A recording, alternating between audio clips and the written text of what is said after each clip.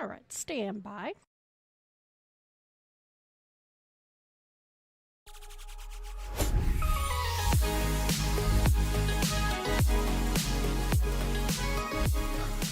All right, welcome to News 6 Extra. I am Christopher Heath. It is Monday, October the 13th. Beautiful Monday. I hope your weekend was fantastic, Kathleen. Good weekend on your part. Nice and relaxing.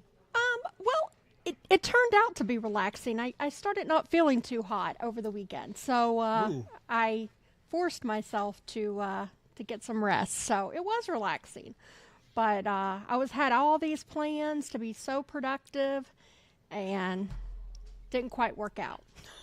Well, listen, sometimes you just got to put your feet up, watch Yes. the Dallas Cowboys disappoint you, watch UCF disappoint you, Well, I watch watched your North Texas Mean Green disappoint you. Maybe that was just my weekend. I watched the Jaguars disappoint me yesterday. So Okay. there you go. Wasn't a good weekend for us. No, I think at this point the only decent Florida NFL team is going to be Tampa Bay, which, I mean, I'm excited that Baker Mayfield is having the season he's having because of the kind of unceremonious way he was dispatched out of Cleveland. I'm glad to see him down there thriving. So, not a huge Bucks fan, but you know what? I could be. Well, I'm loyal to the Jaguars. One of these years we're going to get it together. One of The these years. The Jags busted out of the gate with Mark Brunell that first year and looked so Yes. good. And then it's just been year after year after. Yes. It's a rough go of it. Anyway, so, okay, well, listen, next weekend could be better. But Right. How was your weekend? How was the run?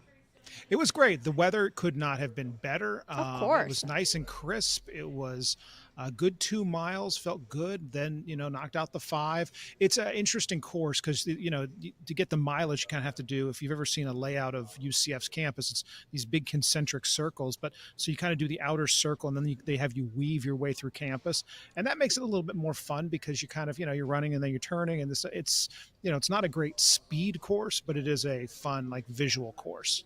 Nice. Well, So, good. And you yeah. finished both of them? You finished the challenge? Finished You them both. Yep. got your medals? Got and- my medals. Got all All 3 of my right. medals. Got my I was happy with my pace. I think I turned in like an 8:45 pace for it. So we'll take that. Nice. Well, good for you. Thank you. I appreciate it. And then I went home and cut the grass, and then I Oh. laid on the couch and didn't move until this morning. Well, then, you know what? You deserve the break. Thank you. I'm glad to hear somebody say that. Yes. All right, let's pop over to Julie. She is doing the weather for us today, and it has been a beautiful day so far. Here's Julie with the weather.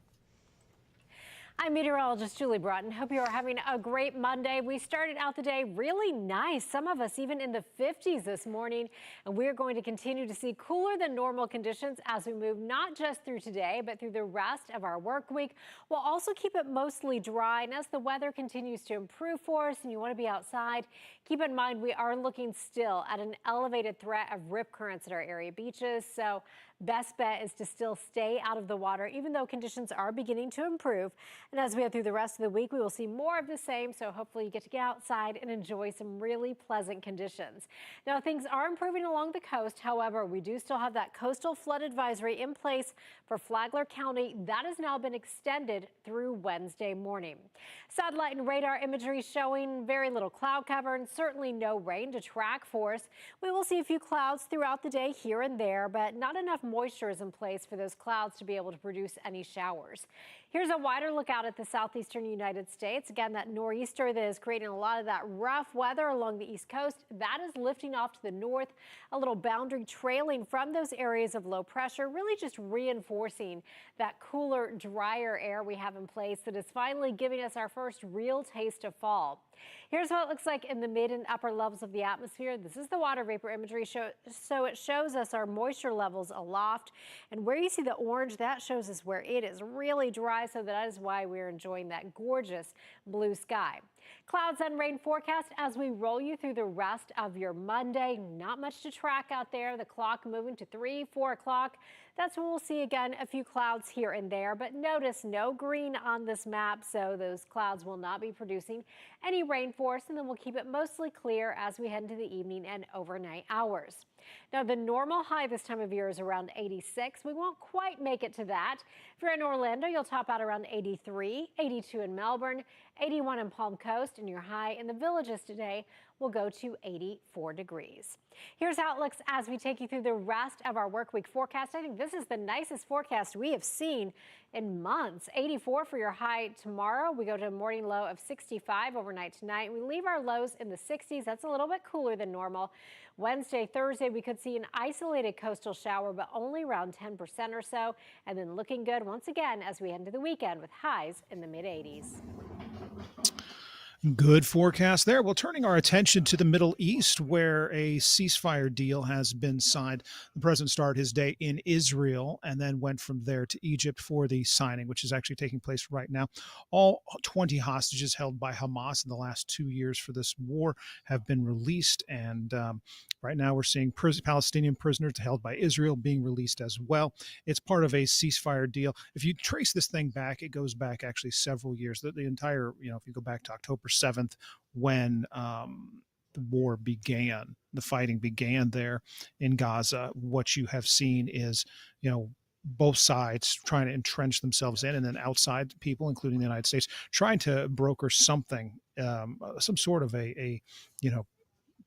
trying to bring this all to an end and end the bloodshed, end really what has become a bit of a crisis over there. And so today, really a historic day and a good day all around, that we are seeing a halt to the violence. This is obviously step one of what is expected to be, or hopeful will be, several more steps with de-escalating tensions there in the Middle East. We'll have much more on the entire ceasefire deal coming up today on News 6 starting at 4 o'clock. Here at home, we're looking at the Marcos Lopez case. This is all that you remember. Suspended Osceola County Sheriff Marcos Lopez is currently awaiting trial. There are several co-defendants in this case, and we're seeing some of them now consider changing their pleas, including one who is expected here in about an hour to go before a judge. Mark Lehman has the story. According to court records, this hearing was scheduled on the same day a co-defendant changed her plea. Now it appears another plea deal is in the works, and it's happening as prosecutors are preparing their case against suspended Osceola County Sheriff Marcos Lopez. 4 months after bonding out of jail on racketeering charges, 58-year-old Sheldon Weatherholt is expected back in front of a judge, but this time it's to change his plea. All I did was licenses and leases. This was not anything that I thought was anything that it turned out to be. Weatherholt is one of 4 co-defendants of suspended Osceola County Sheriff Marcos Lopez. He's accused of setting up leases and utility services for the illegal gambling operation allegedly ran out of the Eclipse Social Club. It led to the sheriff being removed from office earlier this year. I have no idea who that is. The sheriff, Osceola sheriff. I've never met the man. I don't know who the man is. Today's plea hearing comes a week after fellow co-defendant Carol Coate took a plea deal. She pleaded guilty to 1 count of racketeering in return for up to a year in jail and agreeing to testify in court. While she's awaiting her sentence, Lopez's attorney has been working to move the trial out of Lake County. We are moving to change this venue to Osceola County, which we did already look up their trial dates there, made sure that they fell within the speedy trial as well. A change of venue hearing in Lopez's case has been set for tomorrow. As for Weatherholt, his hearing is scheduled for 1:30 this afternoon. We'll keep you updated with what happens. For now, reporting in Lake County, Mark Lehman, News 6. All right, stay with us. When we come back, we'll talk about a squatter home being demolished, an online safety app, and a runaway pumpkin. Stay with us.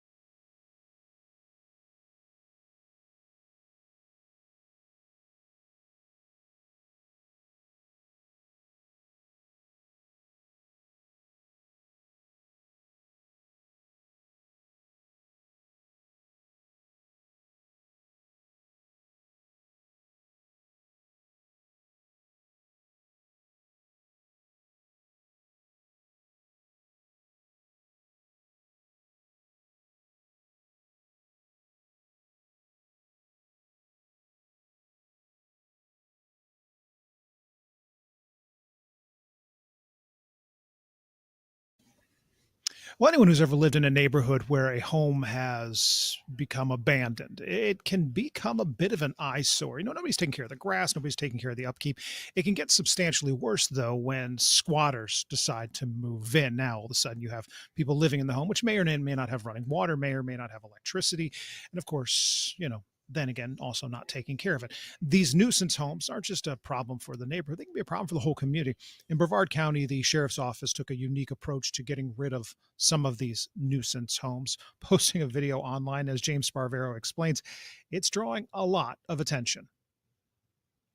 What you're about to see is what happens to houses here in Brevard County that make the sheriff's high-intensity target list. I'm your Melbourne community correspondent, James Sparvero. That was just a little bit of Sheriff Wayne Ivey's video here on Seneca Drive that millions have watched now, watching the demolition of what the sheriff's office says was a squatter house. I was on this street back in March. I was working across the street talking about this house full of trash, and now the sheriff says this house is next on the demolition list. That has neighbors who we spoke to very excited. It feels like we're getting our neighborhood back. One less house with squatters at a time. Like April O'Neill, I met Dewey Shattuck in March, who was just as frustrated.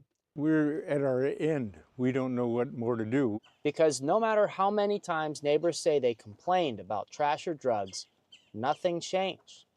In this house, neighbors told me the owner died, so there was no one to give deputies permission to kick the squatters out. So how in just a matter of 6 months did things change? We just kept on it. And April says with help from County Commissioner Rob Feltner, the house is now going to a foreclosure auction. Commissioner Feltner told me he'd like to see it cleaned up and bring in some new good neighbors to the street. As April understands the process, the house could also be knocked down, just as Sheriff Ivey mentioned, once the auction happens next week. That's when the bank is supposed to buy it and take possession of the property.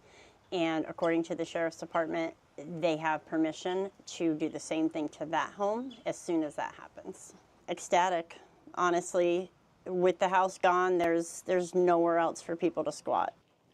In Brevard County, I'm your Melbourne community correspondent, James Sparvero, News 6. You ever had a neighbor like that, Kathleen?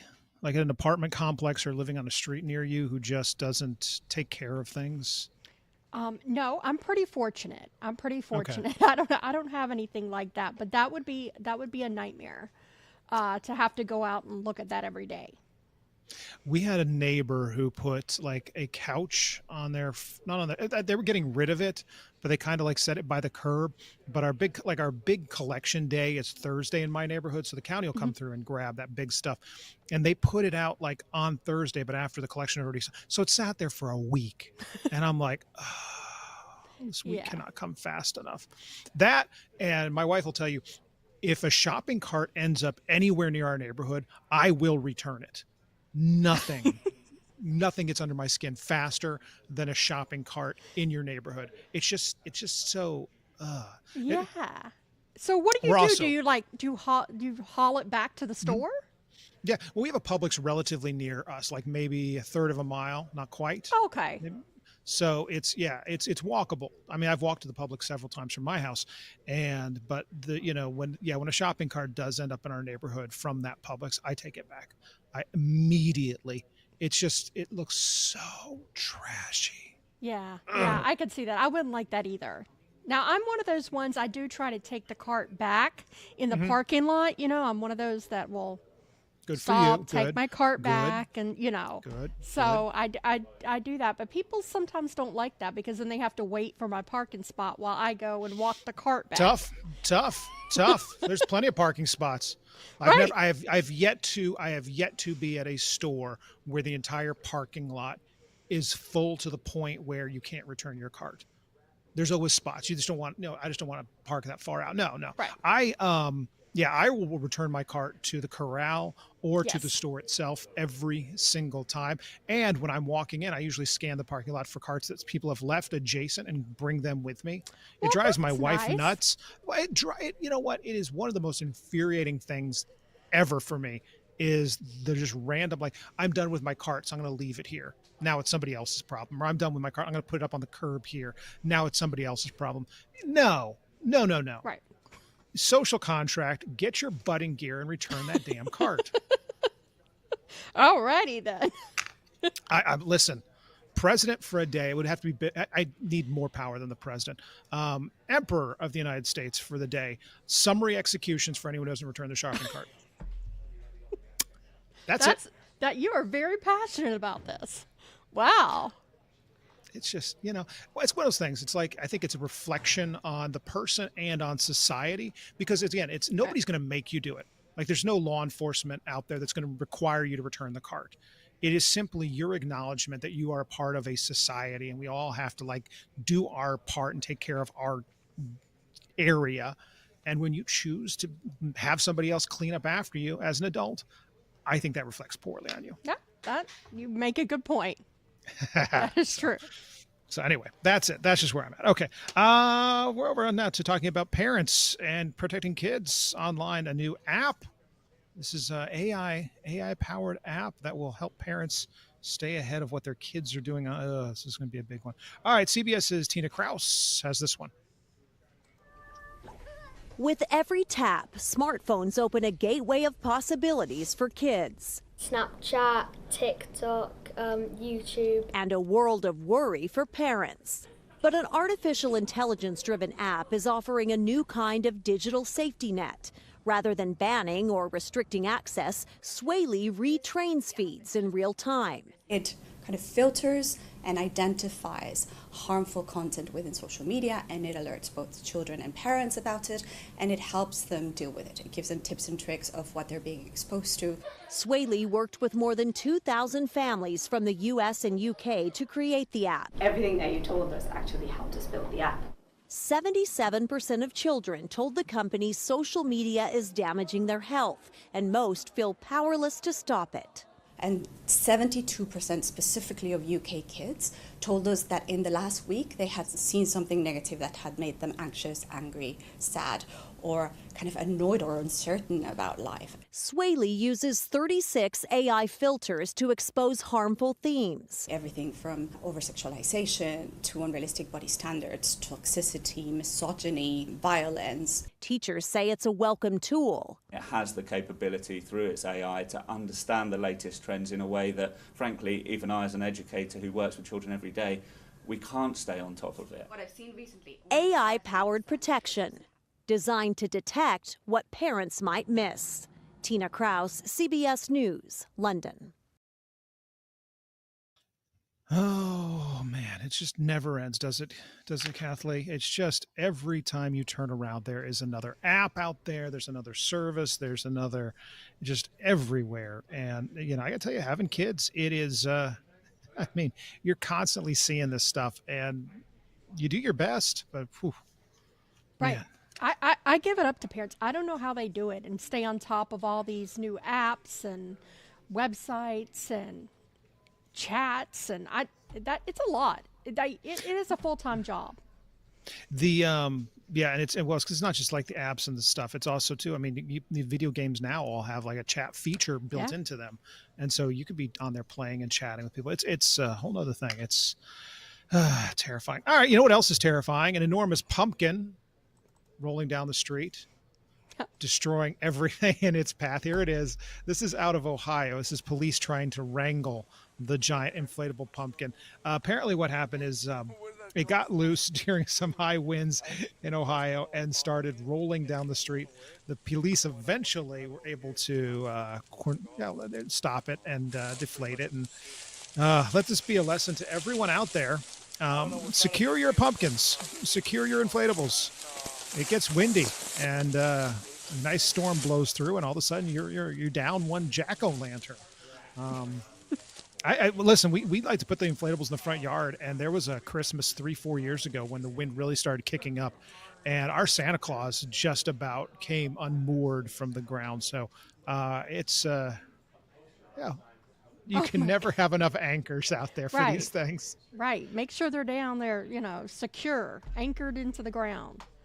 There is this story reminds me. It's been around for a while. This on Amazon, you can buy a beach ball that is basically almost like 10 feet tall. It's an enormous beach ball. And they have a picture of it with it standing next to a person, so you can kind of get the thing. But there's a review in there, and I'm going to read this. It says, "We took this ball to the beach, and after close to 2 hours, it took 2 hours to pump it up. We pushed it around for about 10 minutes. That was when the wind picked it up and sent it hurtling down the beach about 40 knots. It destroyed everything in its path. Children screamed in terror at the giant inflatable monster that crushed their sandcastles. Grown men were knocked down trying to save their families. The faster we chased it, the faster it rolled like it was mocking us. Eventually, we had to stop running after because of the path of injury and destruction was going to cost us a fortune in legal fees. Rumor has it can still be seen stalking innocent families on the Florida Panhandle. We lost it in South Carolina, so there's something to be said about its durability."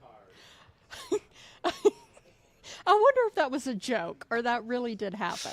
I could see that happening. I could see, you go online, you're like, "Oh, honey, come here, check this out. Giant inflatable beach ball." And you're like, "That'd be so much fun. We'll get to the beach." And you get to the beach and you get one of those nice, breezes that just cuts through and lifts the thing, and it's gone. I mean, yeah, but I think I would give up at the 2 hours to blow it up. I would just give up. Right. That seems like, should have been a warning there. This is, but good times. All right, Kathleen. Well, we've gotten to the end of our Monday show. It's been fun. We've shared a few laughs, made some friends, built some lasting memories. Always. We'll do it all again tomorrow. So thank you to you for putting this together. Thank you to Julie for the weather. And thank you for watching. We'll be back here tomorrow at 12:30 to do this all over again. Of course, we break news all the time on clickorlando.com. And we'll be on the air today at 4 o'clock with an entire newscast, News 6 starting at 4, including Orange County Public Schools looking at its social media policy for kids. So talk about that coming up at 4. For now, have a great Monday. See you back here on Tuesday. Bye.